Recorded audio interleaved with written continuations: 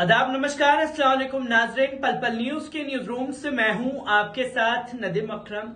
Main stream media में Britain के प्रधानमंत्री ऋषि सुनक को लेकर के एक बवंडर काटता हुआ नजर आ रहा है, जिसकी तस्वीरें लोगों के सामने हैं। पर इससे पहले अमेरिका की रहने वाली कमला हैरिस को लेकर के भी इसी तरीके की खबरें जो है मेन स्ट्रीम मीडिया द्वारा प्रकाशित की गई थी।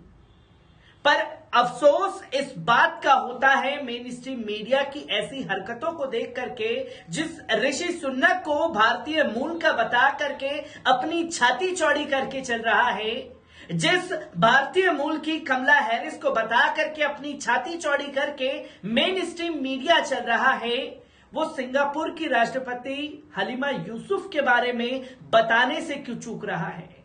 वो गुयाना के राष्ट्रपति इरफान अली के बारे में बताने से क्यों चूक रहा है, जिस पर बात करना लाजमी हो चुका है, क्योंकि ये वो दो नाम हैं जो कि भारतीय मूल से जुड़े हुए हैं, जो कि सिंगापुर में राष्ट्रपति बनी हलीमा यूसुफ और इरफान अली गुयाना के राष्ट्रपति बने।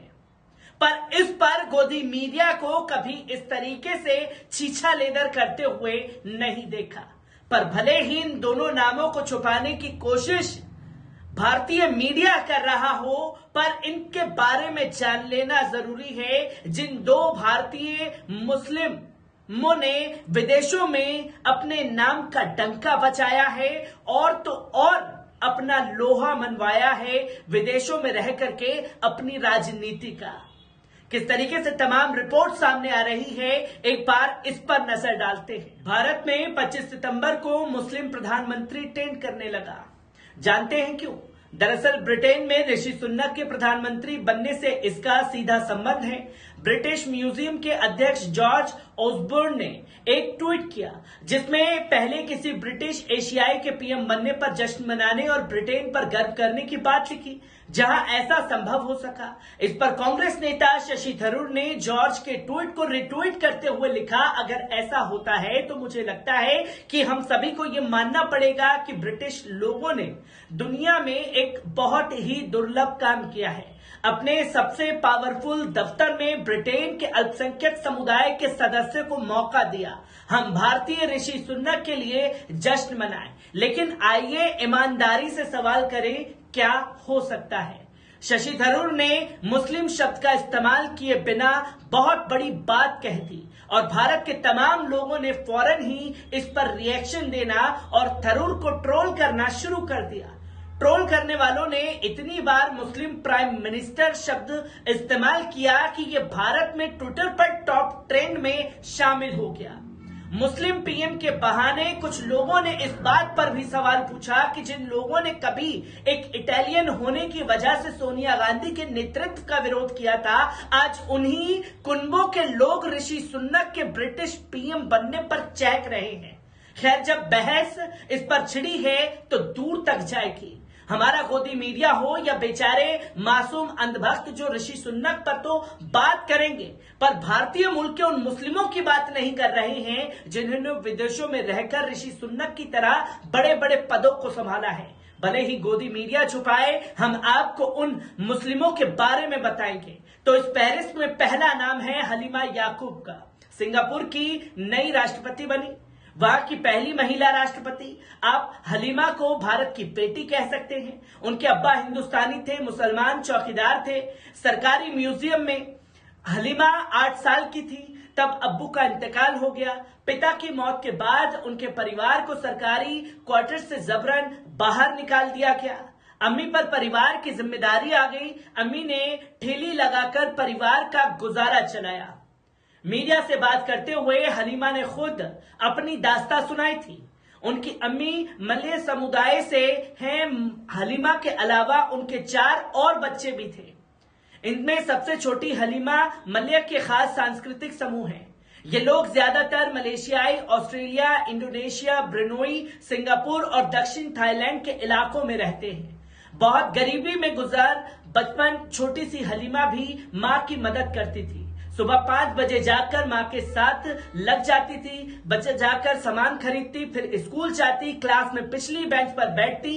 नींद पूरी तो होती नहीं थी तो एक बार क्लास में सो गई। उन्हें क्लास की खिड़की से बाहर झांकना बहुत पसंद था। खुली आंखों से सपने देखना बहुत भाता था। उनको सोफा खरीदने के लिए 8 महीने तक पैसे बचाए। शादी के बाद हलीमा और उनके पति ने अपना पहला सोफा खरीदने के लिए 8 महीने तक पैसे जोड़ने पड़े। हलीमा के राष्ट्रपति चुनाव अभियान का स्लोगन था डू गुड टू टुगेदर। बिना चुनाव के ही जीत गई हलीमा। 82 साल की हलीमा सिंगापुर में काफी जाना माना चेहरा है। पीपुल्स एक्शन पार्टी की नेता है। सिंगापुर संसद की पहली महिला स्पीकर बनी। संसद में थी, इस्तीफा देकर राष्ट्रपति चुनाव के लिए खड़ी हुई। अब जीत भी गई हैं, वो भी बिना चुनाव, बिना मतदान के। उनके खिलाफ 2 उम्मीदवार खड़े थे, लेकिन उनकी उम्मीदवारी खारिज हो गई। कहा गया कि वो तय योग्यता के मुताबिक नहीं है। कुल मिलाकर कहें तो बस हलीमा ही योग्य पाई गई। इससे पहले भी सिंगापुर में एक मलय राष्ट्रपति हो चुके हैं, यूसुफ इसाक। वो 1965 से 70 तक राष्ट्रपति रहे। सिंगापुर के नोटों आपके उनकी तस्वीरें मिल जाएंगी। भारत से अपने कनेक्शन से ज्यादा नहीं बोलते हुए हलीमा भारत से अपने कनेक्शन पर ज्यादा गर्मजोशी नहीं दिखाती। वो खुद को मलय ही कहती है। आलोचकों का कहना है कि इसके पीछे उनका फायदा है। चूंकि उनके पिता भारतीय थे और मां मलय, तो सिंगापुर में उन्हें अल्पसंख्यक नस्ल का माना जाएगा। ऐसे में वो राष्ट्रपति पद के लिए खड़ी नहीं हो सकती थी।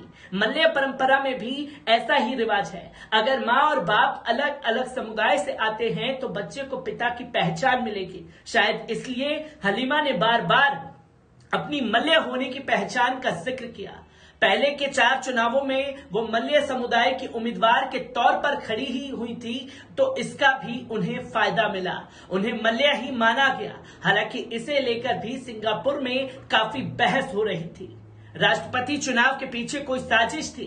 हलीमा के चुनाव पर आलोचना भी खूब हो रही थी, बेवजह नहीं। पहली बार ऐसा हुआ कि राष्ट्रपति का पद किसी एक खास समुदाय के लिए आरक्षित कर दिया गया। इल्जाम है कि राष्ट्रपति चुनाव में साजिश हुई है।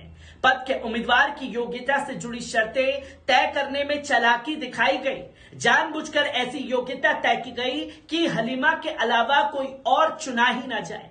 सिंगापुर की कुल आबादी में करीब 13% मलय है। सिंगापुर में सबसे ताकतवर पद है प्रधानमंत्री का। ली सिएन लूंग वहां के पीएम हैं। उनके पिता ली कुआन यू सिंगापुर की स्थापना के समय पीएम बने थे। सरकार ने पहले कहा कि इस दफा केवल कोई मलय ही राष्ट्रपति बनेगा, फिर बाद में इस योग्यता को और सीमित कर दिया गया। ऐसी सूरत बनी कि हलीमा के अलावा कोई और उम्मीदवार योग्यता की शर्तों पर पूरा ही नहीं उतर पाया। अब आरोप लग रहा है कि सरकार ने हलीमा को राष्ट्रपति बनाने के लिए ही सारी प्लानिंग की। पिछले कुछ समय से पीएम ली का काफी विवाद चल रहा है। अपने भाई बहनों के साथ पिता की जायदाद को लेकर उन पर सत्ता के बेजा इस्तेमाल का भी आरोप है। राष्ट्रपति पद के लिए 2 और शख्स भी खड़े हुए थे। इनमें मोहम्मद सालेह मार्किन भी थे। उन्होंने कहा था कि अगर जीत गए तो पीएम पर लगे आरोपों की जांच करेंगे, लेकिन उनकी उम्मीदवारी खारिज कर दी गई। हलीमा के चुने जाने पर सिंगापुर में बहस छिड़ गई है। लोग आरोप लगा रहे हैं, सरकार पर उंगली उठ रही है। कहा जा रहा है कि सरकार ने जानबूझकर एक भरोसेमंद को राष्ट्रपति पद पर बैठाया ताकि किसी मुश्किल में ना फंसे। जो चाहे वैसा ही हो। सिंगापुर में राष्ट्रपति के पास ज्यादा अधिकार नहीं होते। हाँ, भ्रष्टाचार जैसे आरोपों की जांच शुरू करवाने का हक जरूर होता है। लोग कह रहे हैं कि लोकतंत्र का गला घोटा गया। बिना चुनाव के कैसा राष्ट्रपति। इस विवाद से हलीमा की राह मुश्किल हो गई है। उनको पहले तो अपनी योग्यता साबित करनी होगी, सबूत देना होगा कि वो इस पद के योग्य हैं। इसमें दूसरा नाम है मोहम्मद इरफान अली का। इस वक्त गुयाना के राष्ट्रपति हैं। वे पहले ऐसे मुस्लिम हैं जो राष्ट्रपति बने हैं। वे जिस देश में इतने बड़े पद पर काबिज हैं, वहां की कुल 8 लाख की आबादी में से आधे लोग भारतीय मूल के हैं। अली का जन्म 1980 में एक भारतीय गायनीज मुस्लिम परिवार में हुआ था। उनकी पढ़ाई यूनिवर्सिटी ऑफ वेस्ट इंडीज से हुई है। इसके साथ ही उन्होंने दिल्ली की इंद्रप्रस्थ यूनिवर्सिटी से एमए की डिग्री प्राप्त की है। वहीं उन्होंने 2006 में गुयाना नेशनल असेंबली के सदस्य के तौर पर राजनीति में प्रवेश किया। अली गुयाना की पीपल्स प्रोग्रेसिव पार्टी से हैं। उन्होंने 2017 में आर्य अली से शादी की थी और उनका एक बेटा भी है। पर इन भारतीय मूल के लोगों के बारे में बताने से गुरेज कर रहा है मेन स्ट्रीम मीडिया, जो मुस्लिम हैं और भारतीय मूल से जुड़े हुए हैं और अपनी राजनीति का डंका सिंगापुर में और गुयाना में बजाते हुए दिखाई दिए हैं। मैं ऐसी ही खबरों से आपको रूबरू कराता रहूंगा। दीजिए इजाजत, शुक्रिया।